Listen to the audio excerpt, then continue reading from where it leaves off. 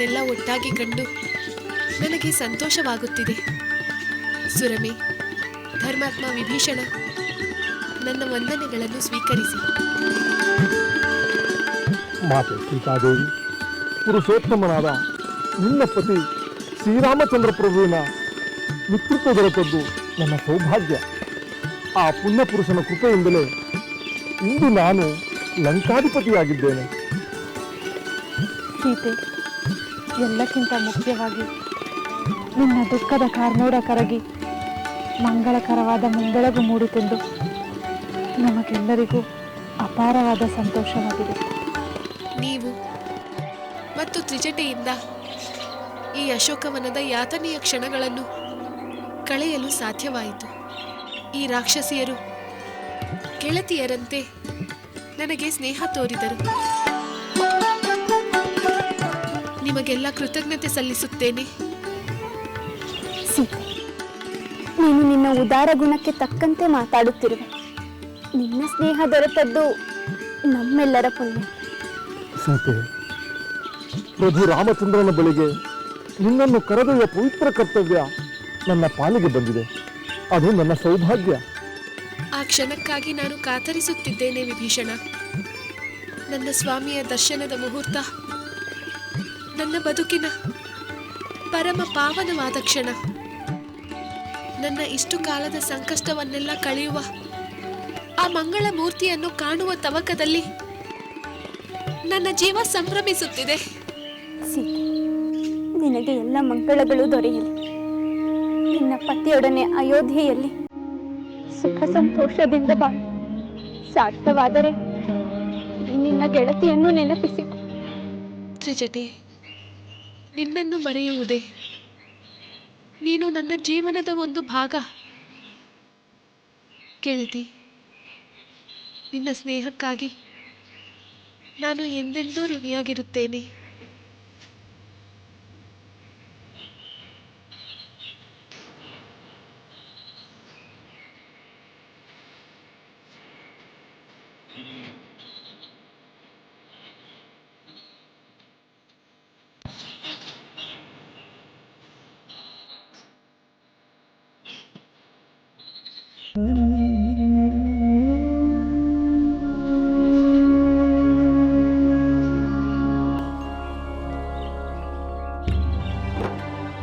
ನಿನ್ನ ವಾತ್ಸಲ್ಯವನ್ನು ನಾನು ಮರೆಯುವುದಿಲ್ಲ ಸುರಮೆ.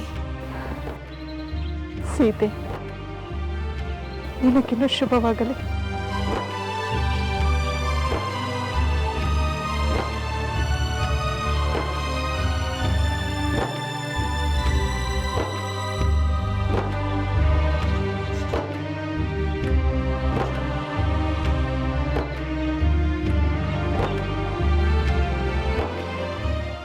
ಗೆಳತಿಯರೇ,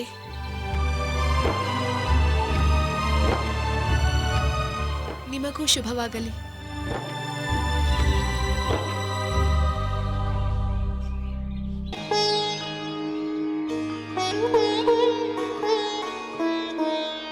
ನಾವಿನ್ನು ಹೊರಡೋಣ.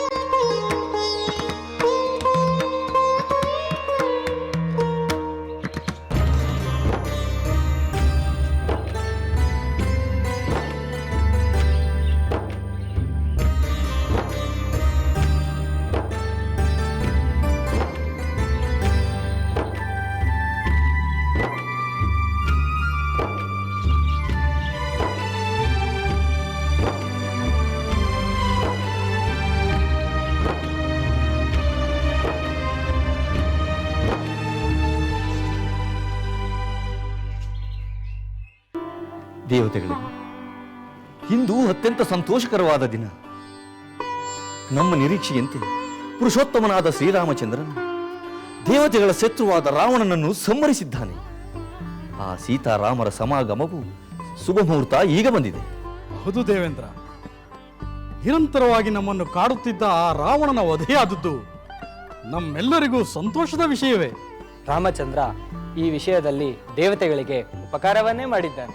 ಸೀತಾರಾಮರ ಕಷ್ಟದ ದಿನಗಳು ಅಂತೂ ಮುಗಿದು ಹೋದವು. ಅವರು ಮತ್ತೆ ತಮ್ಮ ದುಃಖ ವಿರಹಗಳನ್ನು ಮರೆತು ಒಂದುಗೂಡುತ್ತಿರುವುದು ಲೋಕಕ್ಕೆ ಸಂತೋಷ ನೀಡುವ ಕ್ಷಣ. ಹೌದು, ರಾವಣನ ವಧೆಯಿಂದ ಈಗ ಮತ್ತೆ ಋಷಿಮುನಿಗಳು ನಿರಾತಂಕವಾಗಿ ತಮ್ಮ ತಪಸ್ಸು ಯಜ್ಞ ಕಾರ್ಯಗಳನ್ನು ಆಚರಿಸಬಹುದು. ಬನ್ನಿ, ಆ ಸೀತಾರಾಮರ ಸಮಾಗಮದ ಕ್ಷಣವನ್ನು ಕಂಡು ಎಲ್ಲರೂ ಆನಂದಿಸೋಣ.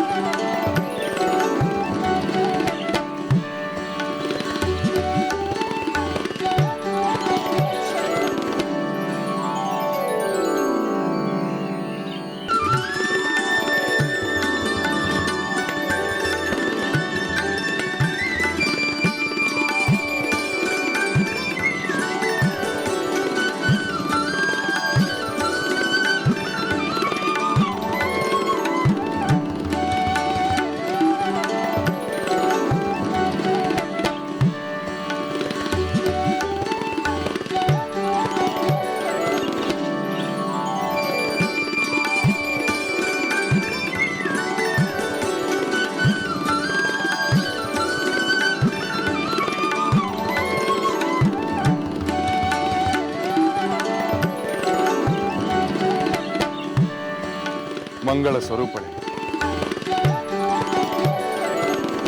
ರಣರಂಗದಲ್ಲಿ ಶತ್ರುವನ್ನು ಜಯಿಸಿ ನಿನ್ನನ್ನು ಗೆದ್ದುಕೊಂಡಿದ್ದೇನೆ. ಪೌರುಷದಿಂದ ಏನನ್ನು ಸಾಧಿಸಬೇಕಾಗಿತ್ತೋ ಎಲ್ಲವನ್ನೂ ಸಾಧಿಸಿದ್ದೇನೆ.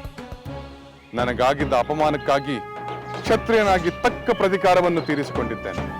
ಸ್ವಾಮಿ, ಶತ್ರು ಸಂಹಾರದಿಂದ ನನ್ನ ದುಃಖ ನಿವಾರಣೆಯಾಗಿ ನಿಮ್ಮ ದರ್ಶನ ಭಾಗ್ಯ ಲಭಿಸಿತು. ಪಂಚವಟಿಯಲ್ಲಿ ನಾನು ಮತ್ತು ಲಕ್ಷ್ಮಣ ನಿನ್ನಿಂದ ದೂರವಾಗಿದ್ದ ಸಂದರ್ಭದಲ್ಲಿ ಕಾಮುಕನಂತೆ ಆ ರಾವಣ ನಿನ್ನನ್ನು ಅಪಹರಿಸಿದ. ಆ ಅಪರಾಧಕ್ಕಾಗಿ ನಾನು ಅವನನ್ನು ಸಂಹರಿಸಿದ್ದೇನೆ.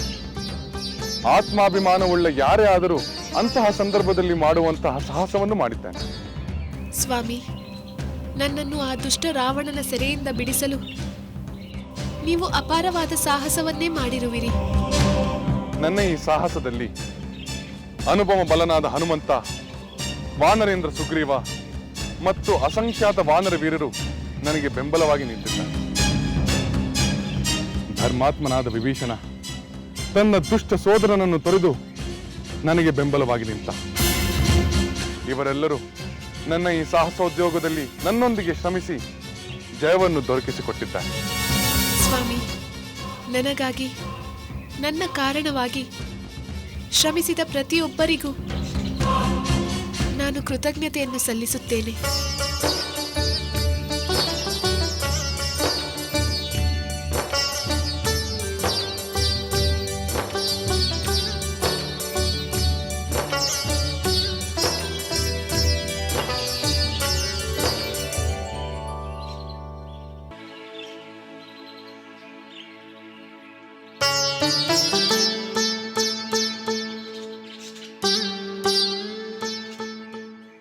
ಇಷ್ಟು ಕಾಲ ನನ್ನ ಅಗಲಿಕೆಯಿಂದ ಪರಿತಪಿಸಿದ ಸೀತೆಯ ಮುಖದಲ್ಲಿ ಈಗ ಸಂತೃಪ್ತಿ ಇದೆ. ಆದರೆ ಈಗಲೇ ಇವಳನ್ನು ಪರಿಗ್ರಹಿಸಿಬಿಟ್ಟರೆ ನಾನು ಜನಾಪವಾದಕ್ಕೆ ಗುರಿಯಾಗಬೇಕಾಗುತ್ತದೆ.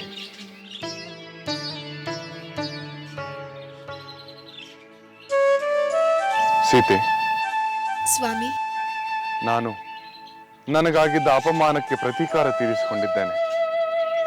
ನಿನ್ನನ್ನು ಶತ್ರು ಸೆರೆಯಿಂದ ಬಿಡಿಸಿದ್ದೇನೆ. ನನ್ನ ಪೌರುಷಕ್ಕೆ ಪಂಥಾಹ್ವಾನ ನೀಡಿದ ಆ ರಾವಣನನ್ನು ಸಂಹರಿಸಿದ್ದೇನೆ. ಮತ್ತೆ ಮಂಗಳಕರವಾದ ಮಧುರ ಕ್ಷಣ ನನ್ನದಾಯಿತು ಸ್ವಾಮಿ. ಆದರೆ ಸೀತೆ, ನಾನು ಇಷ್ಟೆಲ್ಲ ಮಾಡಿದ್ದು ಕೇವಲ ನಿನ್ನ ಸಲುವಾಗಿ ಅಲ್ಲ. ಸ್ವಾಮಿ, ಹೌದು ಸೀತೆ, ಪತ್ನಿಯನ್ನು ರಕ್ಷಿಸಲಾಗದವನು ಎಂಬ ಅಪಕೀರ್ತಿ ಬಾರದಂತೆ ನಾನು ಈ ಕಾರ್ಯವನ್ನು ಮಾಡಿದ್ದೇನೆ. ರಘುವಂಶದ ಪ್ರತಿಷ್ಠೆಯನ್ನು ಉಳಿಸುವ ಸಲುವಾಗಿ ನಾನು ಈ ಸಾಹಸವನ್ನು ಮಾಡಿದ್ದೇನೆ, ನಿನ್ನ ಸಲುವಾಗಿ ಅಲ್ಲ.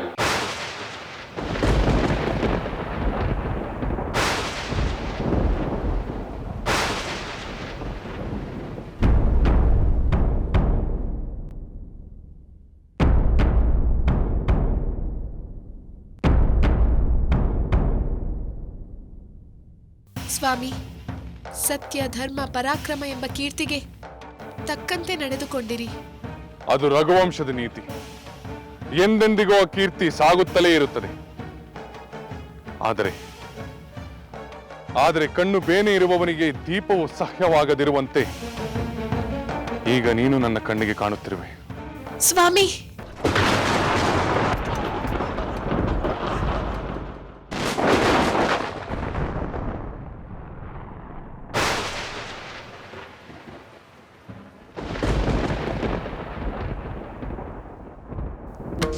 ಹೌದು ಸೀತೆ, ಬಹುಕಾಲ ಪರಪುರುಷನ ಸೆರೆಯಲ್ಲಿದ್ದ ನಿನ್ನ ಚಾರಿತ್ರ್ಯ ಸಂದೇಹಾಸ್ಪದವಾಗಿದೆ.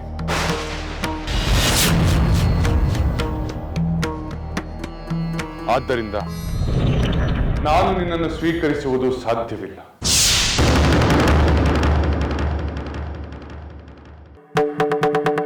ನಾನು ನಿನ್ನನ್ನು ಸ್ವೀಕರಿಸುವುದು ಸಾಧ್ಯವಿಲ್ಲ. ನಾನು ನಿನ್ನನ್ನು ಸ್ವೀಕರಿಸುವುದು ಸಾಧ್ಯವಿಲ್ಲ. ಸ್ವಾಮಿ, ಇದೇನು ಹೇಳುತ್ತಿರುವಿರಿ?